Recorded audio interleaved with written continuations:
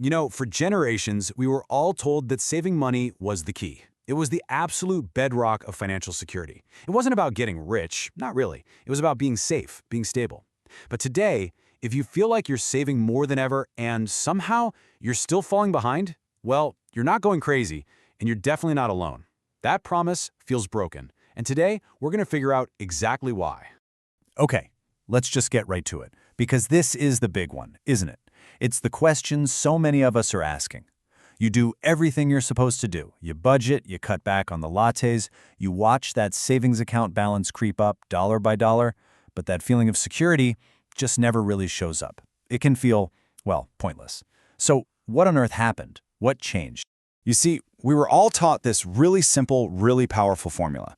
You know the one, and the first step was always this: work hard. Just show up, put in the hours, do a good job, and you'll be rewarded for it.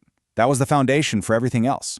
Part 2 is just as straightforward, right? Spend less than you earn. Be disciplined. Be frugal. Don't buy dumb stuff. It was all about creating that little bit of space, that gap between what's coming in and what's going out. And finally, the third step. Save what's left. That surplus you worked so hard to create, you just put it away. And we were told that if you just followed those 3 simple steps consistently for long enough, you'd be okay. You'd be secure. And here's the thing. For a very, very long time, that was absolutely true. It wasn't just a nice idea. It actually worked. So, to really understand why saving feels like pushing a rock uphill today, we have to go back. We have to look at why it used to be so effective. Let's take a look at the kind of economic world that made that simple formula such a reliable path to a stable life. In the decades after World War II, the whole economy it operated on a different set of rules. When you look at the big picture, it's so clear why saving worked. If you worked harder and helped your company become more productive, your wages actually went up with it. The money you saved pretty much held its value. Inflation wasn't this huge monster. And this is a big one. Housing wasn't this crazy speculative casino game. And debt, it just wasn't woven into the fabric of everyday life. So saving wasn't a battle against the system, you were actually working with it. And that right there just nails the whole idea. The goal was never to become a millionaire. The goal was to build a wall, a protective shield around your future. Saving was how you protected yourself from uncertainty. It was the ultimate tool for stability. But then, well, things started to change. Now, this is important. The system didn't break overnight. There wasn't some big crash or a loud alarm bell. No, it was a quiet shift. It happened so slowly, so gradually, that most people never even noticed the ground was moving right under their feet. The fundamental rules of the game were being completely rewritten, right in front of us. In fact, you can pretty much pinpoint when it all started. That era of post-war stability, it really started to come apart around the 1970s and 80s. That was the turning point. That's when that predictable, reliable relationship between your work, your savings, and your future security it began to fracture. And that's what led us to this strange new reality we're all living in today. Now, if there is one single change that explains almost everything, it's this one right here. For decades, it was a simple deal. When companies got more productive, their workers shared in that success. You got higher wages. But starting right around that turning point we just talked about, that link was severed. Productivity, it kept soaring, higher and higher. But for most people, wages just flatlined. And right there, that is the huge, profound consequence of that one single shift. The moment that happened, the money that was sitting still in your bank account, it went from being your shield to being a liability. It stopped being protection and slowly, quietly, became exposure. Exposure to an invisible force that was constantly eating away at its value. So let's really dig into the 2 major forces that define this new reality. The first one is basically an invisible tax that gets charged on every dollar you save. And the second one? It's the complete takeover of the economy by assets, which has created this massive divide between people who earn and people who own. We hear the word inflation all the time, and we usually think of it as just prices going up, but that doesn't really capture it. A much better way to think about it is as a loss of your purchasing power.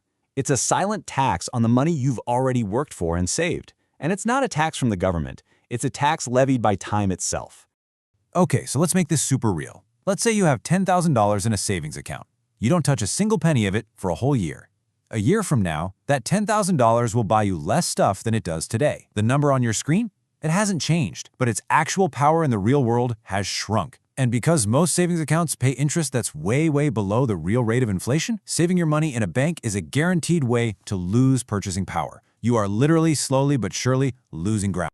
And this is where we see that massive split in the economy. On one side, you've got wages. Wages are fundamentally limited, right? They're constrained by what employers want to pay, by competition from cheaper labor all over the world, by automation. There's a ceiling.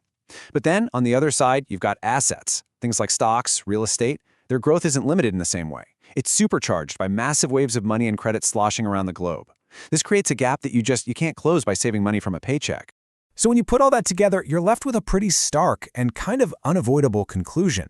At some point, the economic system fundamentally shifted its priorities.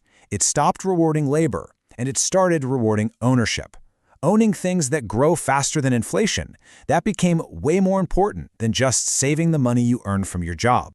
Now, honestly, this might be the most important part of this whole thing, because when people feel like they're failing, even though they're doing everything right, they blame themselves.